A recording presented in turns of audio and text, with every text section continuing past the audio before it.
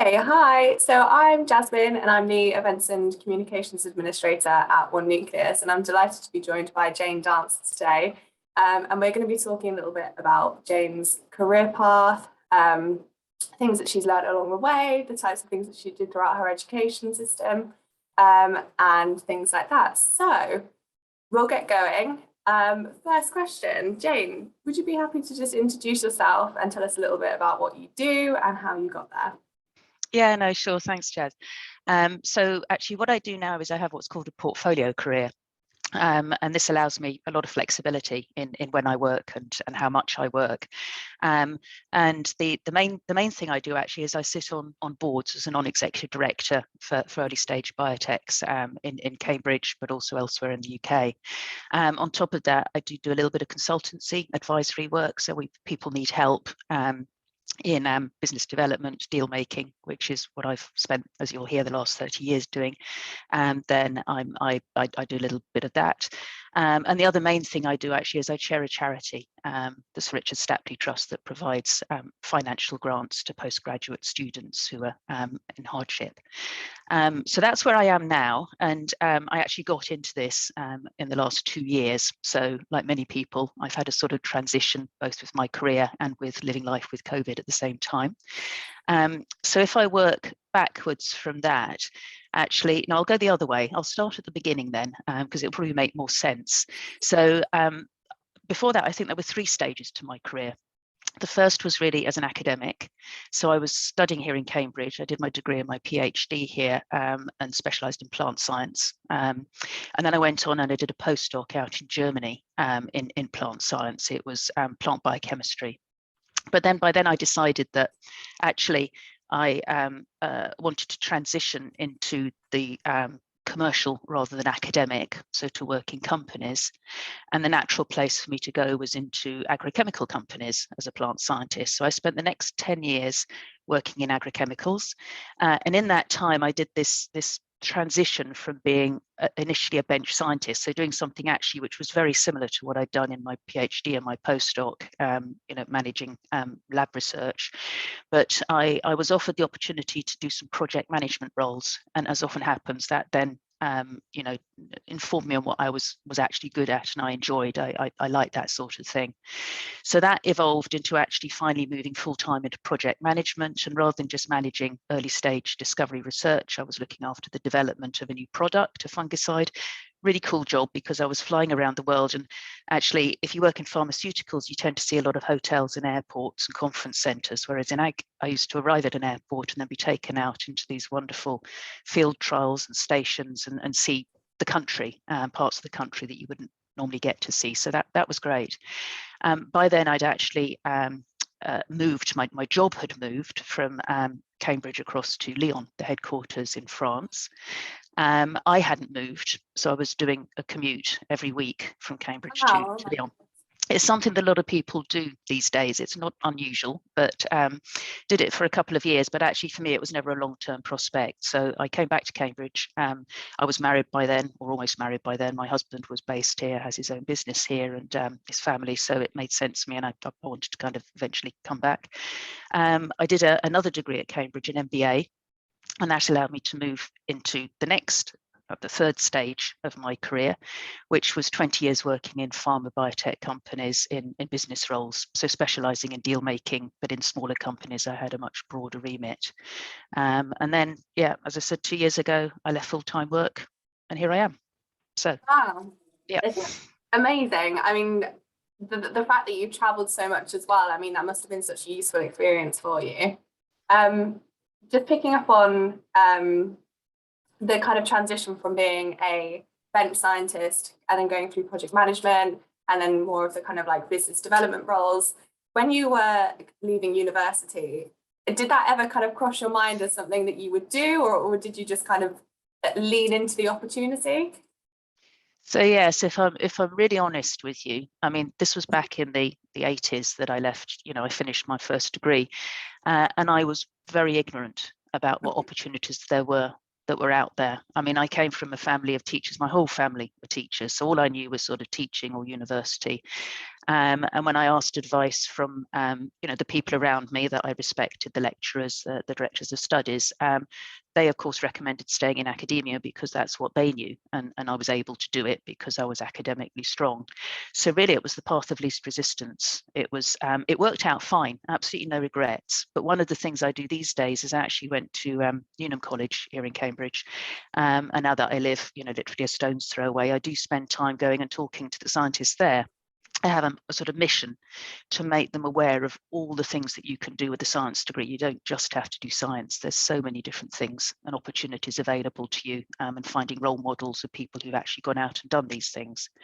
So mine wasn't a desperate, I'd love to say it was a well-informed choice and all of this was thought out, and I'm here because this is where ultimately I wanted to end up. But to be perfectly honest, it was as happened in most people I know at my stage. If you look back on your careers, very few of us had a sort of laser focused, journey from where they were when they were at university to where they've ended up, 30, 40 years later. So yeah. Amazing. And with that kind of transition, did you kind of face any challenges along the way? Because, I mean, did you do any training to become a project manager? Was it kind of on the job, or because you enjoyed it, you just picked it up quite naturally? Yeah. I mean, I should say one of the informed choices I made was that jump from going from academic research into research within a company. And that came about because when I was doing my PhD, they were trying to encourage more students or more scientists to go into companies, into industrial research. And I went on a 2 or 3 day course where they introduced us to what it was like to work in industry. And that was a eureka moment for me. I thought, wow, all of the things I like about doing science in academia, but also all this other stuff that I know that I'd enjoy. And those sorts of things were the ability to work across different disciplines. I like working with people who do different, rather than in academic science, at least in my time, it was, I was the world expert in a rather obscure enzyme in some parts of plants, and I knew more about it than anyone, but I didn't know a lot about a lot of other things. So having the breadth was attractive, having the sort of working in teams. Perhaps also we were better funded, that was, attractive. But more than anything, doing something where I could see a real benefit near term, rather than doing what I was doing, which was much more basic curiosity driven research, which is really, really important. But I wasn't patient enough to be cut out for doing that sort of research. I wanted something where I could see, what was going to be delivered in a shorter time frame. So I made that transition. Moving into industry, I mean, the difference is working in a big agrochemical, because the companies I worked for in my agrochemical years were big multinationals. They provide a lot of training. So I had really good support, training in all kinds of things, and project management. Yes, we went on brilliant project management courses. So I learned so much from being there in a big, well-funded company. So yes. Amazing. And throughout your career, did you ever have kind of one person that really helped and supported you along the way? Maybe like a mentor or a tutor, or just kind of a friend, maybe?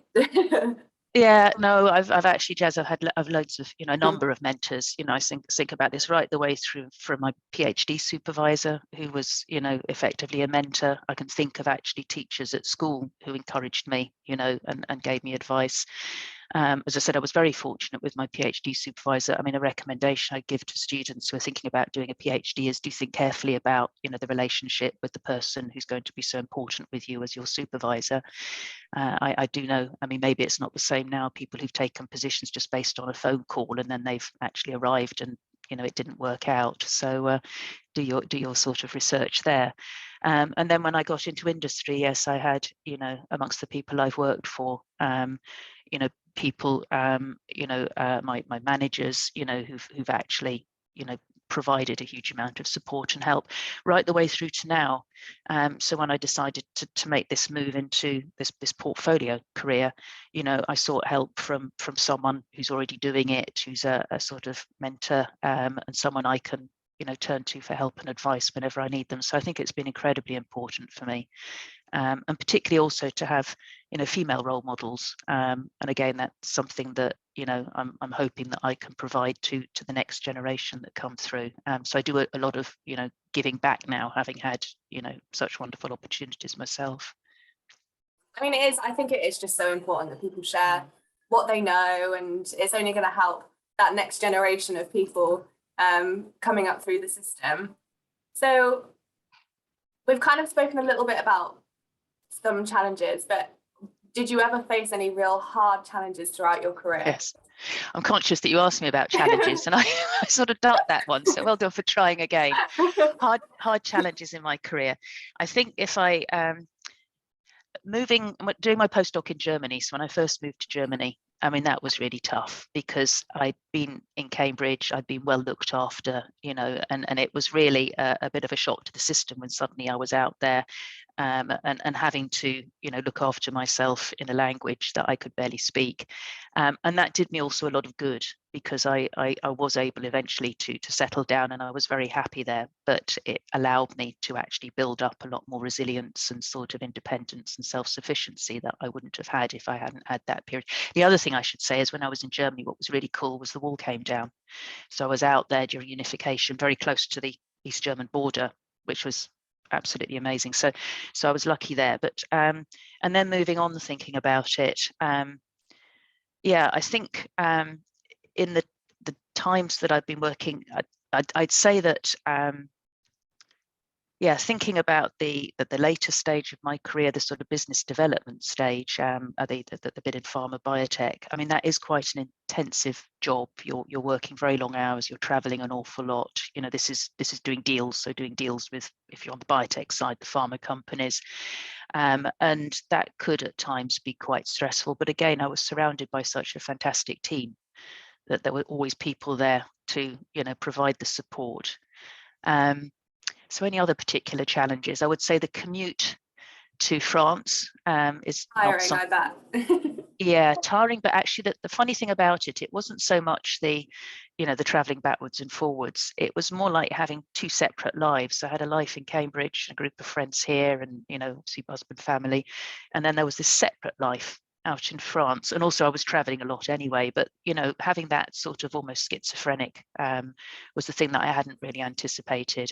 I mean, on the one hand, it was interesting, and I know some people, you know, really enjoy and embrace that. For me, I think it was a bit, it was ultimately tiring in the end, and it was nice just to be able to settle down and sort of put roots down here in Cambridge.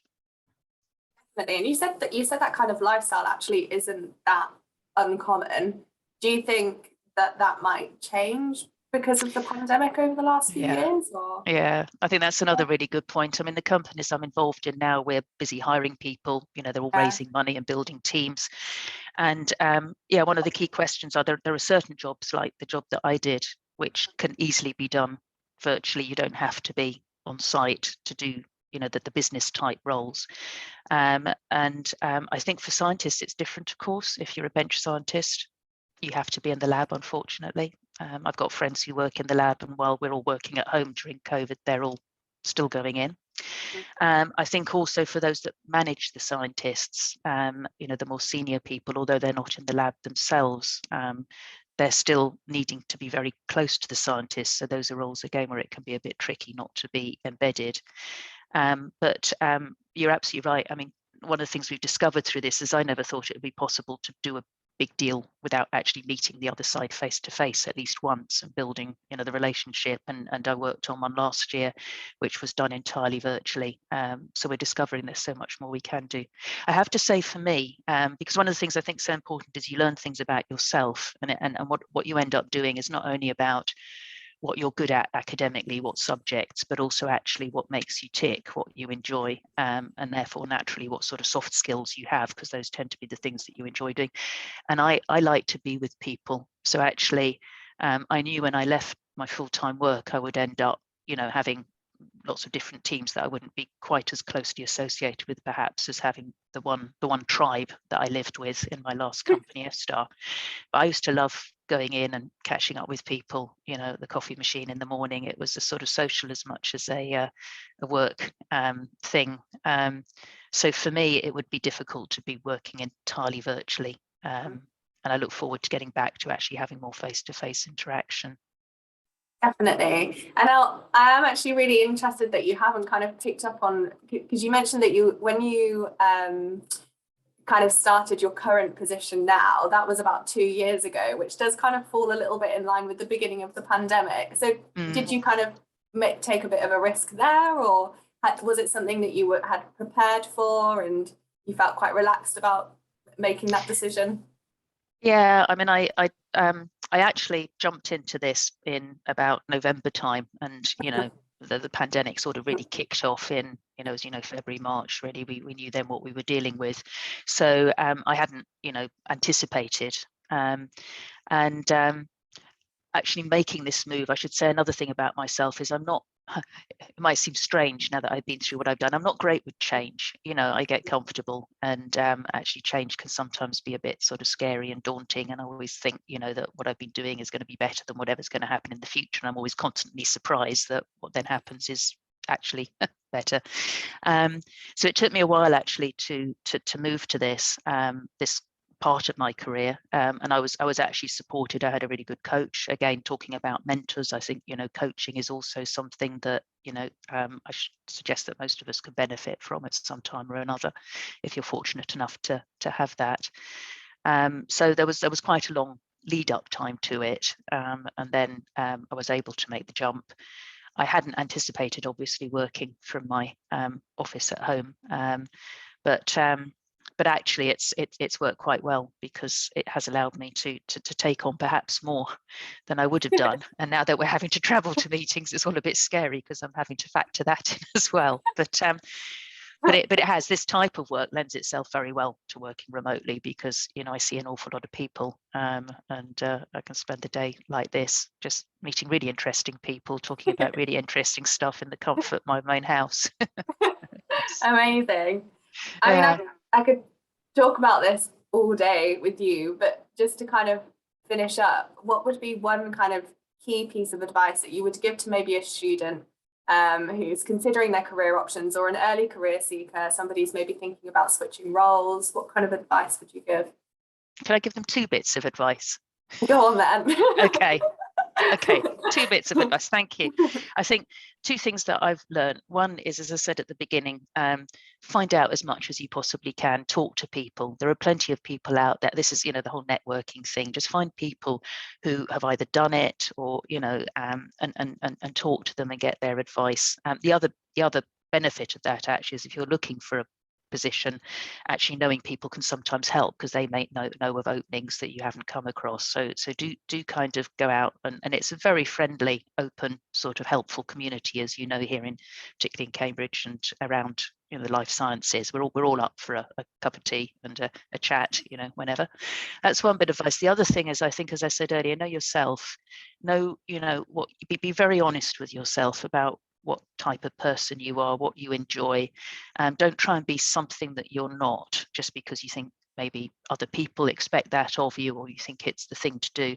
And by that, I mean, are you someone that likes to be organized and processy? I am. Or are you someone that's very creative? Are you someone that really wants to be with people? Are you someone that actually prefers to just get on with stuff on your own? It's those sort of characteristics, rather than just your sort of academic skills and qualifications, that I think are so important to really, to appreciate and to make the most of.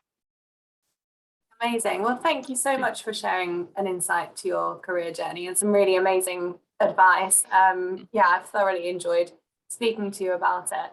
And I'm sure those who watch it will find it just as useful as I have. So, Great. No, well, thanks for giving me the chance. So thanks, Jess. Yeah. That's okay. Take care. Bye.